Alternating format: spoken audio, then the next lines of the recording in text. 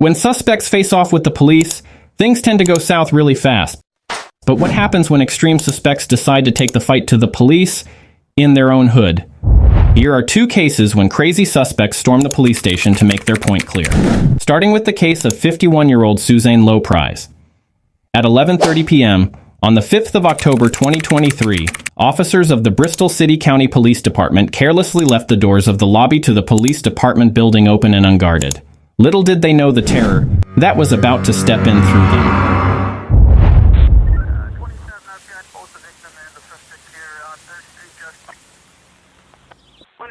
Be advised, very clean, 27 is code 6 with the suspect and the victim. Just west. 21, 3 William 172, no water warrant. 21, Roger. 221, you just cancel 2 out of 18 on the unknown trouble. It's going to be a business. Earlier that evening, Suzan had at a bar where she had a few drinks tipped a witness that she was going to head over to the police department that night. Her mission? To kill or be killed.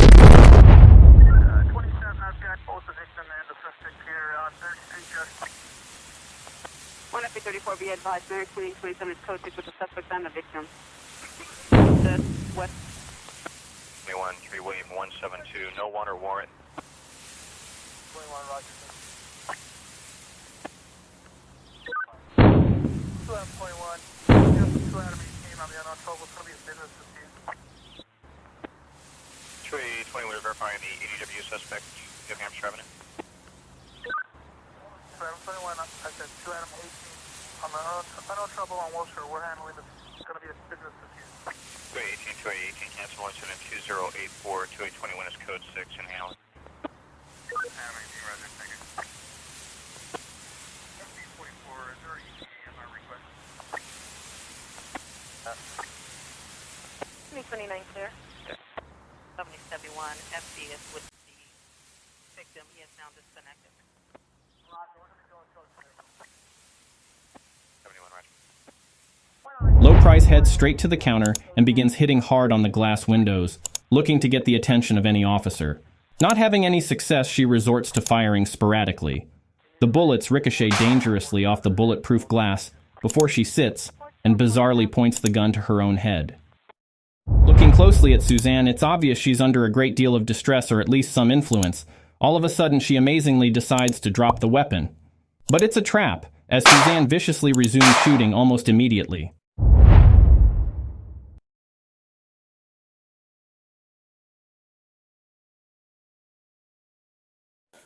There's already guys with it. Water versus, we got cars going. Brian, do not move.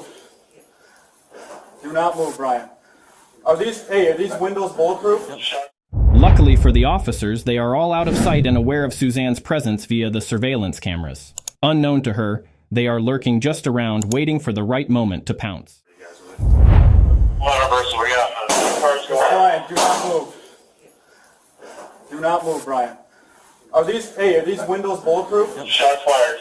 Are these windows bulletproof? We got 2 cars going on to the front of the...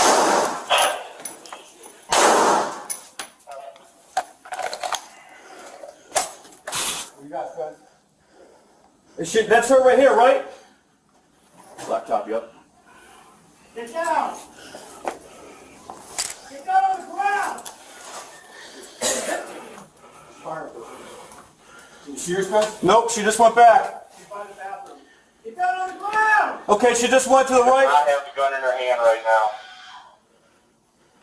now. Brian. Okay, go, go, go, go, go, go, go, go.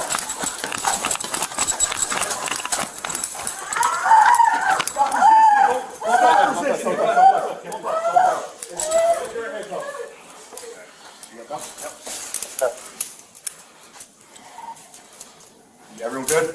Seeing that Low Priz has dropped her weapon, cues the officers to jump into action. It did take a taser, and the entire department swarming in on Suzan to get her under control. She was charged with 9 charges, including criminal attempt of murder, illegal discharge of a firearm, criminal use of a weapon, first-degree reckless endangerment, and illegal possession of a large-capacity magazine. Also having damaged property worth $26,000, the George handed her a bond of $1 million while she remained in jail. It turns out that there are several kinds of weapons suspects can come up with to hurt law enforcement, but you surely didn't see a certain Nicholas Brannon coming. The 21st of November 2021, Nicholas picked up his mom's car and headed straight for the police department office in Cumberland City Hall, Wisconsin. Catching sight of the department's lobby doors, it was the perfect opportunity to go faster and more furiously.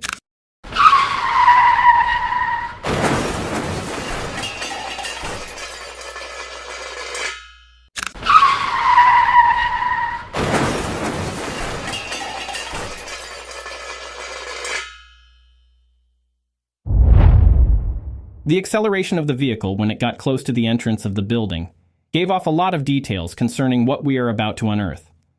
A close look at the scene shows a well-collected individual step out of the vehicle, showing no signs of panic or remorse. Sitting beside his car and placing his hands behind his head shows clearly his willingness to face whatever the repercussions of what he'd done were. My hands are behind my head. Dude, what the hell did you do? I just hit the front of the building. How?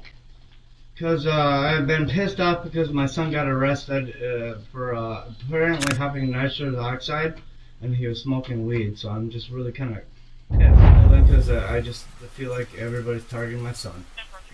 You know, and I'd love to get that guy outskirts of town, and his name is Bill something, to get him popped because my son is better than that. Okay. You know, and I ran into the building. Sorry. I did it intentionally because I just feel like the cop pocketed his shit, you know? Okay. So that's why I did it, and I did it for a reason, just to make a statement, because Cumberland cops said they like literally gave him nitrous oxide charge. Okay. And I'm just really mad about it because that's worse than smoking weed that he has, and I don't smoke weed. Nicholas rushes quickly to answer the questions asked as though he had every answer previously thought out. The police officer asks how he ran into the building, but instead of answering the how, Nicholas answers the why. An answer that would leave the officer in greater astonishment than he was already in, and Nicholas in big trouble. Ramming into the building because he is pissed about his son's arrest is the most bizarre reason anyone could give for such a horrendous act, especially given that his son did illegally possess and use the narcotics in question. Okay. Are you injured at all? I'm bleeding down my arm, but I really don't give a fuck. Alright. Actually not. Actually, I'm good. Alright. And this is my mom's car. Okay. My son was supposed to take a car test in it tomorrow, and it's not legal for the roads. Okay. I'm not trying to be mean. No, I get you. I just, my son gets so much shit through this town, and I'm just trying to make a statement. I didn't know that I was going to hit the building, but I did, you know? Okay. I thought I was parking and going to hit that fucking stupid thing. Right there's a light, but I went through the building. Fine. Why are you okay?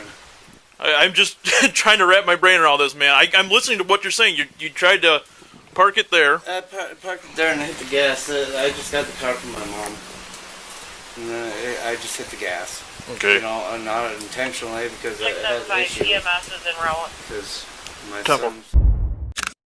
The drop in his tone and erratic shots fired spell that the reality of his offense and the looming consequences is beginning to dawn on Nicholas. He isn't sure whether to plead for leniency or defend himself. He would get one last chance to save himself, but, he messes it up in the most bizarre of ways. Dude, I still gotta have you checked because the airbag's deployed. Yeah, that's fine. Okay? But I feel like my son's been getting so much shit, and I was just drinking, and I just ran into it. And it's Schaefer. You talked to Schaefer? No, my son was, and then once my son didn't get, when he didn't comply with the guy, Yeah. he started throwing charges, nitrous oxide on him and something else. And his name is... I just want this all done. I know Yeah, that. I just want it done. He Okay. may smoke weed once in a while, and he does that, and he has a bill kid outside the house. I'd love to be the pushover for the whole fucking thing, because I don't smoke weed, but I'd love to get people popped. But yeah, I was trying to park there, and apparently... The officers are shaken to the core to experience such an event, but are able to spare a bit of care to ascertain why Nicholas did such a thing. They are even afraid he might be injured, visibly full of pity and willing to take it easy on him, but Nicholas is bent on shooting himself in the foot. I'm not gonna cuff you. I want you to get checked out by EMS, though. I'm fine. That's fine. I'm fine. Why are you shaking? I'm not even shaking. Because you scared the shit out of me. He's shaking more than me. I'm fine. How are you doing? I'm fine. Are you sure? Oh, yeah. I'm fine. There's no scratches, no nothing. What made you run into the building? I went over there to go park because I've been mad at Schaefer for a while. And this is the car I just took. Literally just took. I told him I've been drinking. I just took, but Schaefer apparently took my kid's drugs and gave him night shift time. Nicholas arrogantly refuses help from emergency services, admits to drinking 10 beers, and proceeds to senselessly mention he was actually targeting a certain officer named Schaefer. According to Nicholas, Schaefer had severally unjustly targeted his son, and he thought to set the record very straight. Unknown to him, Nicholas had just succeeded in knocking the last nail onto his own coffin while laying cozily inside. An alcohol blood level of 0.163 confirmed that he was indeed under the influence of alcohol. After receiving medical attention, Nicholas was taken into custody and charged with criminal felony damage to property and operating while intoxicated. The Friday Barron County Judge Maureen Boyle sentenced Brannon to a state prison sentence of 1.5 years, which meant that he won't be incarcerated provided he doesn't commit any new crime within that period. Instead, Nicholas was sentenced to 3 years of probation, in which he must stay sober and mustn't be found anywhere near the city hall unless escorted by an officer. He was also given the option of 10 days in jail or 80 hours of community service to be done in 1 year. So what do you think about both stories? Did you think Suzanne was fairly punished or had a lenient sentence? How about Nicholas? Do let us know in the comments below. Please like, share, and subscribe for more, and see you in the next one.